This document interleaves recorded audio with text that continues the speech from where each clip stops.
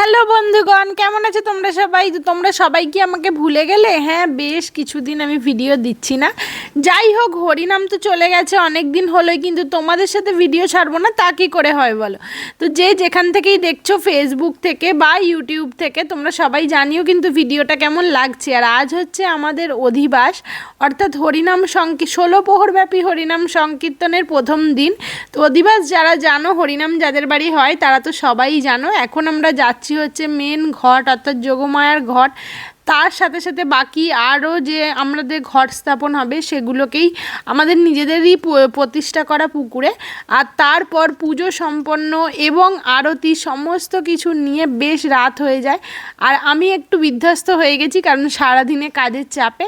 আর দেখো, আমাদের রাধাকৃষ্ণ এবং গোপুকে অসম্ভব সুন্দর লাগছিল। তো আজকের প্রসাদের সাথে সাথে আজকের ভিডিও এন্ড করলাম। কেমন লাগলো জানিও। রাধে রাধে।